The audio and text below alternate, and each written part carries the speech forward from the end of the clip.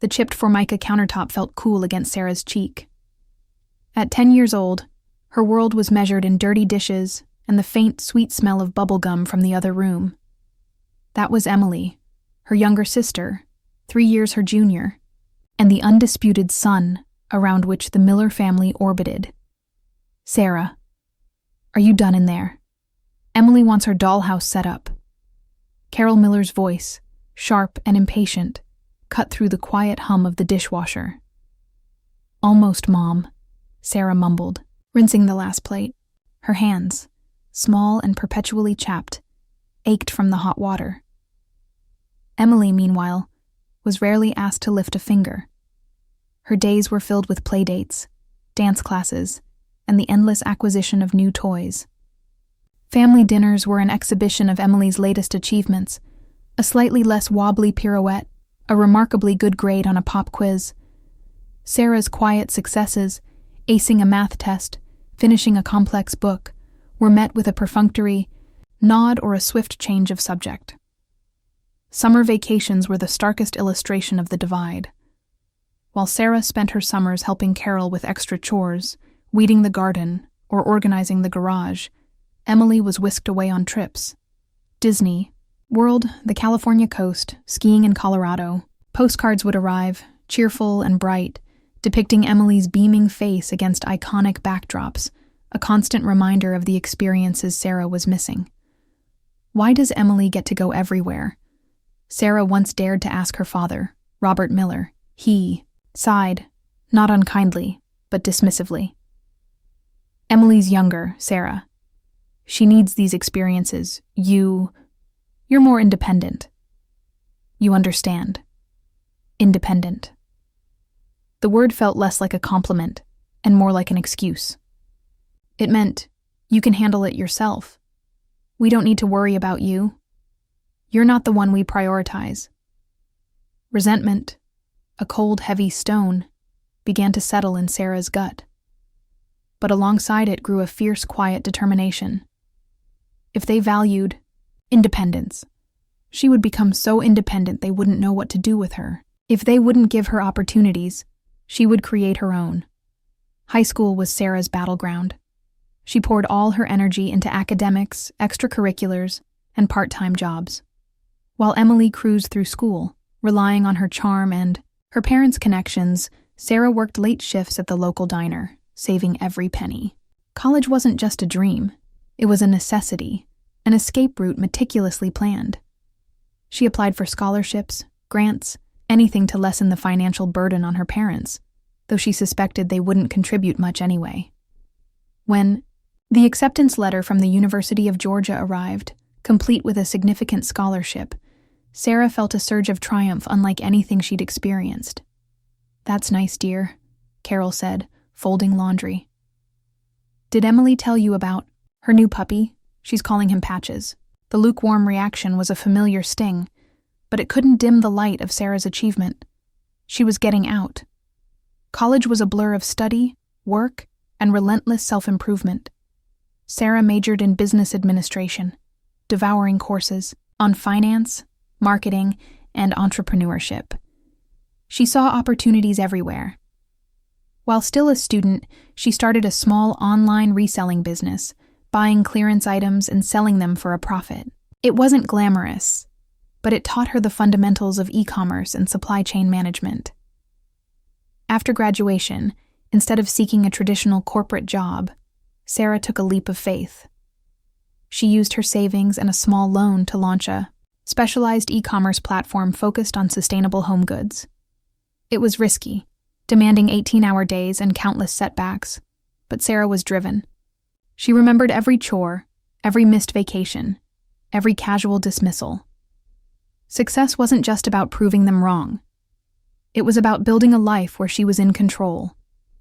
The business, Green Haven Goods, slowly but steadily grew.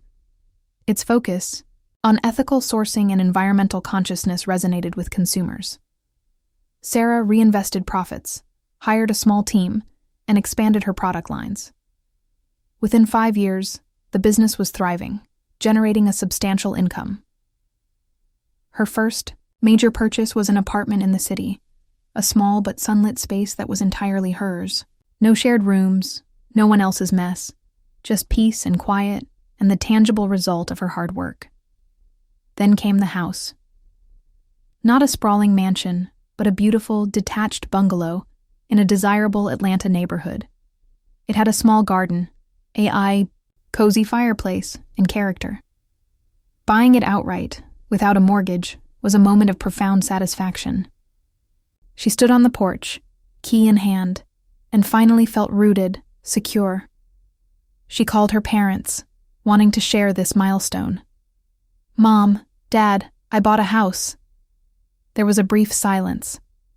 Then Robert cleared his throat. "A house? That's significant. Sarah, where is it?" She told them the address. A few days later, they asked to visit. Sarah, despite the years of hurt, felt a flicker of hope.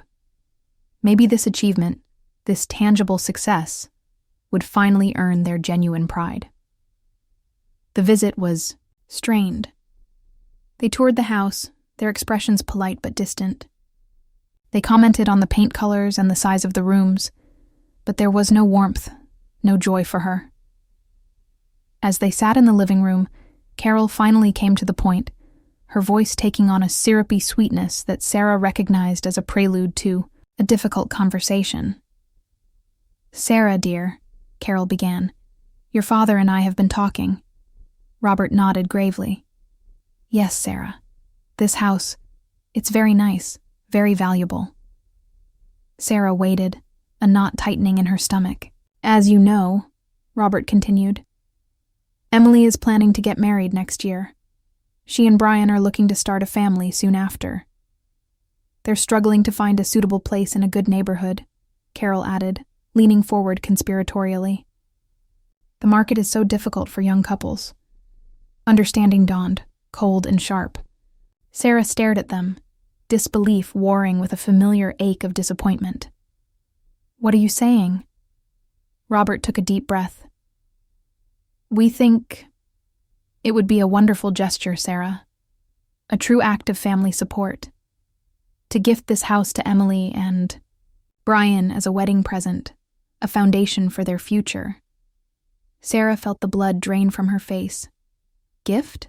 This house? To Emily? Her voice was barely a whisper. "Yes, dear," Carol said, as if it were the most natural thing in the world. "It would set them up so well. And you, well, you're so successful. You can always buy another house, or you have your apartment." The audacity of it stole her breath. Years of neglect, of fending for herself, of building everything from scratch. And their response to her greatest achievement was to ask her to hand it over to the favored child. "No," Sarah said, the word firm despite her shock. Robert's face hardened. "No. Sarah, we're your parents. This is what family does."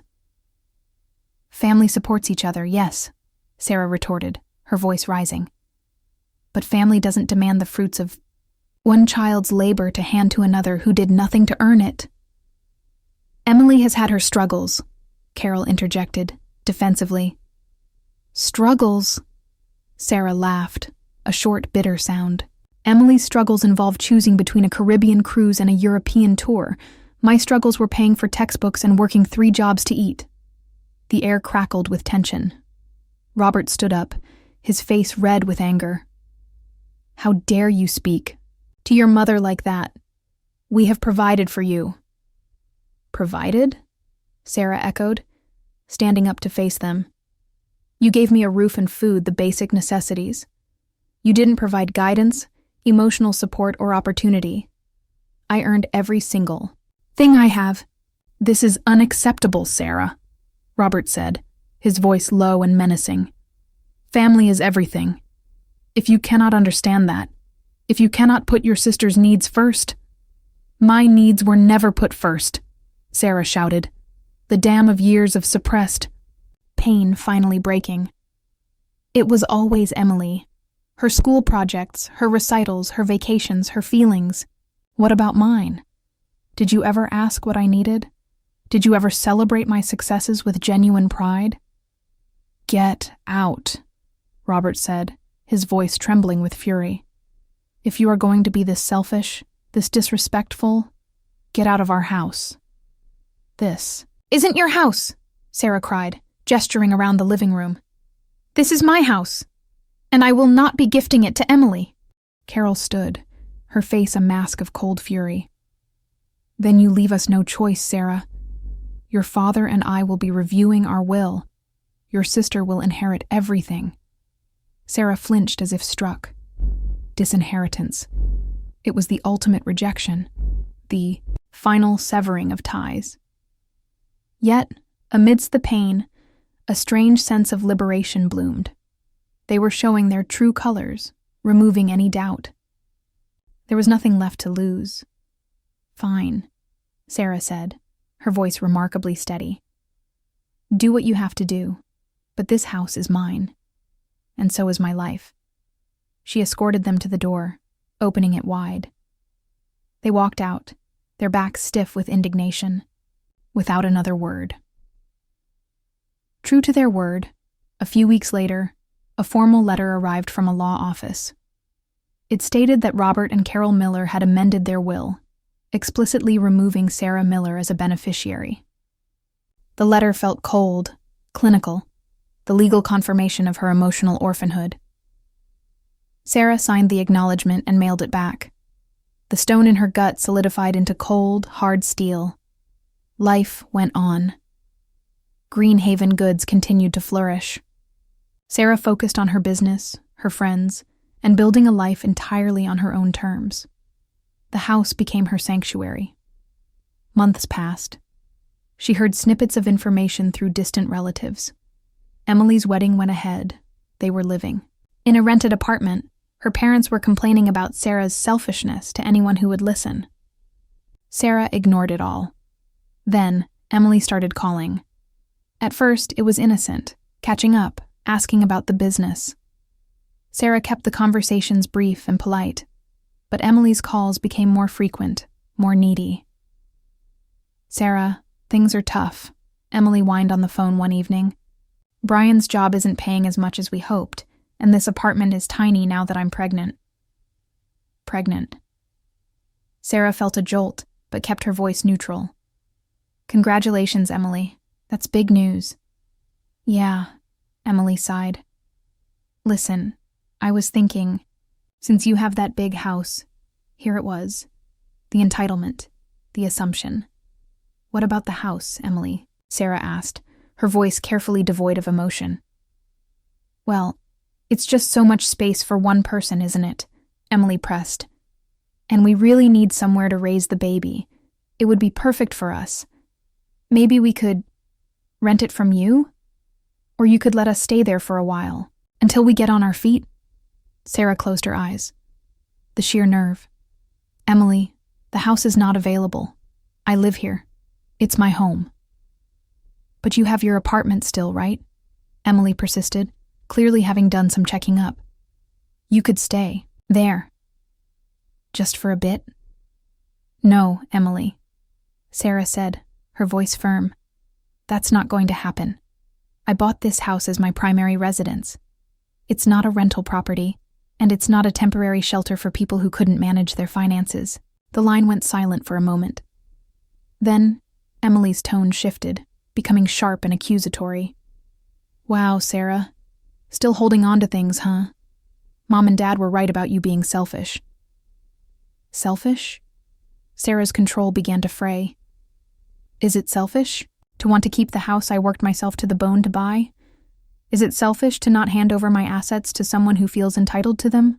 It's family, Sarah, Emily snapped. Family helps each other out. Where was that family helps each other out philosophy when I was doing your chores? When I was working to save for college while you were on vacation?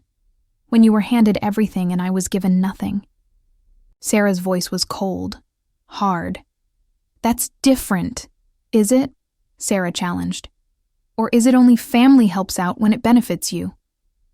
The conversation ended shortly after, with Emily hanging up in a huff. But the calls didn't stop. They escalated. Emily would call.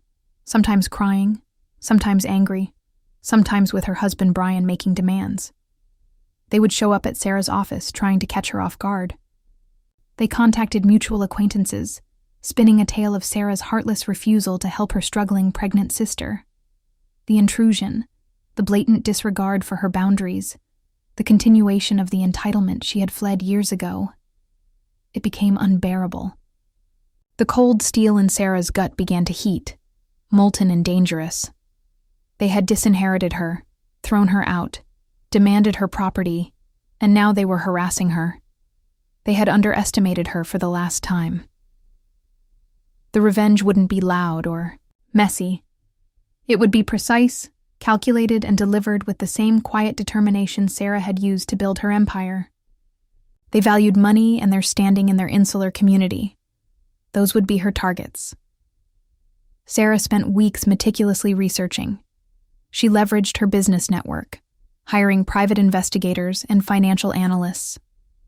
She dug into her parents' finances, their investments, their social circles.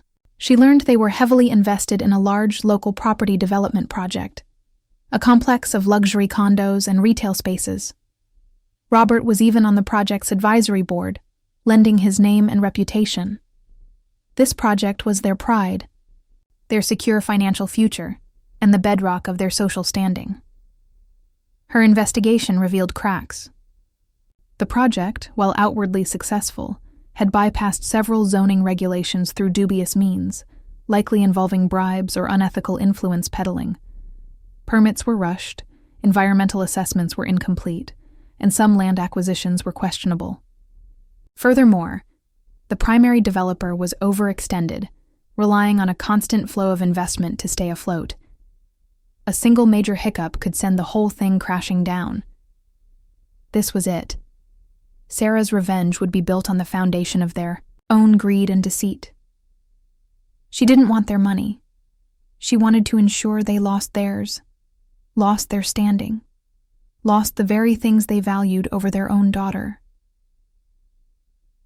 Sarah began executing her plan with the same focus she applied to scaling her business. It was a multi-pronged attack, delivered anonymously or through carefully chosen proxies. Phase 1. The information leak. Sarah compiled a detailed dossier of the project's legal and ethical violations, complete with documentation, dates, and names. She didn't send it directly to the authorities.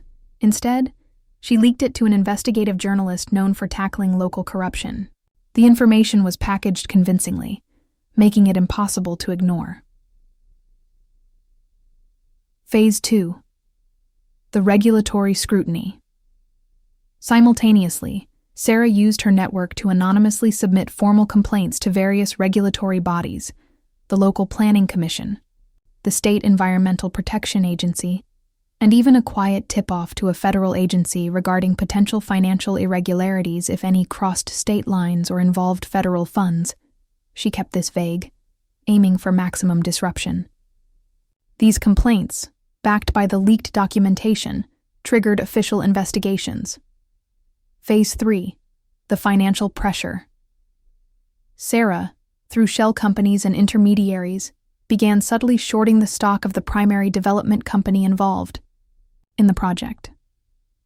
This was risky, but amplified the impact. She also spread rumors within specific, targeted financial circles about the impending investigations and the project's instability. These weren't wild rumors, but carefully worded concerns based on the truths she had uncovered. As the journalists' articles began to appear, sensational and damning, and as regulatory agencies started demanding audits and halting construction permits, panic rippled through the project's investors and stakeholders. Robert Miller's name, associated with the advisory board, was mentioned in the articles, not as a perpetrator necessarily, but as someone affiliated with the troubled project. The dominoes began to fall, investments dried up, lenders became nervous, calling in loans. The primary developer faced bankruptcy. Lawsuits were filed by disgruntled investors and landowners. Robert and Carol Miller's substantial investment in the project became worthless overnight. Worse, the exposure of the project's shady dealings tainted everyone associated with it. Robert's reputation, the one he held so dear in his community, was severely damaged. He was forced to resign from boards and clubs.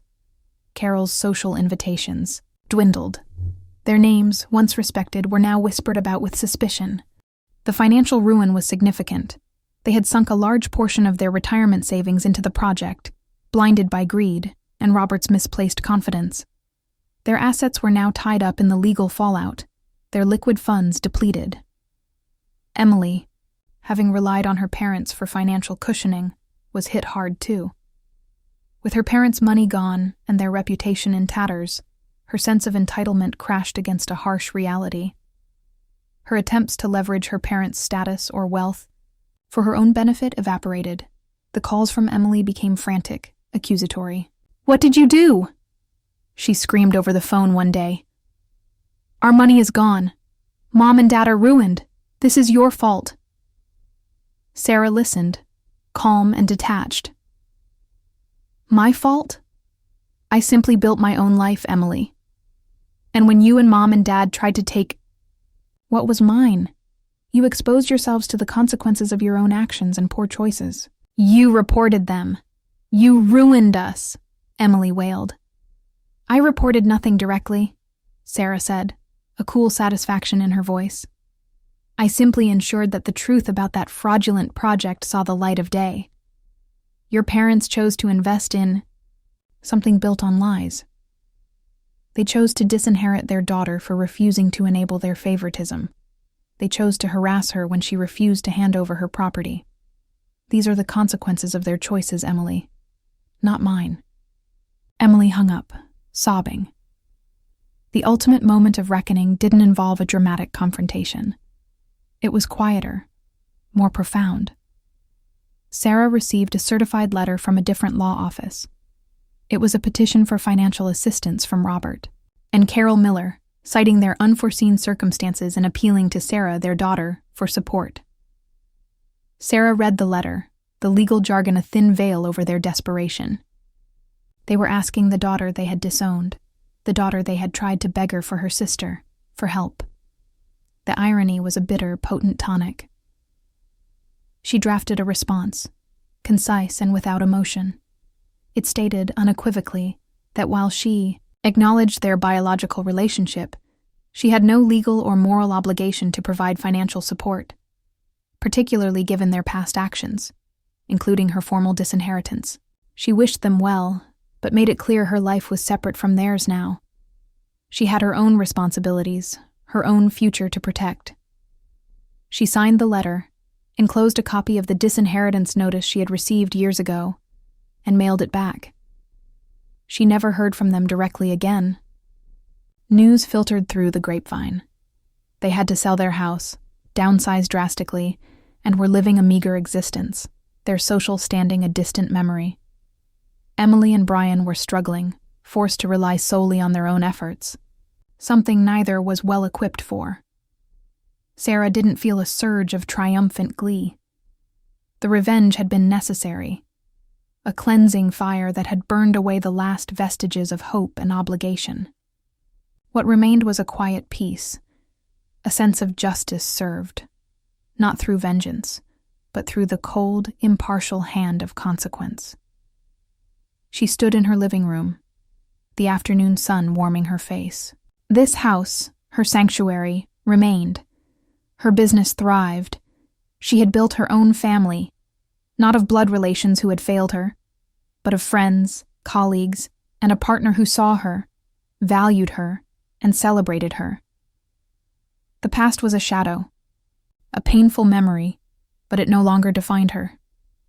She was Sarah Miller, the woman who had built her own life, brick by painstaking brick, in the face of neglect and betrayal.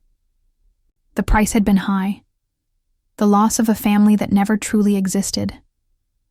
But the reward was immeasurable. Freedom, self-reliance, and a future entirely her own. She had survived, she had thrived, and in doing so, she had claimed the ultimate victory. The silence from Oak Haven was not an absence. It was the sound of her liberation.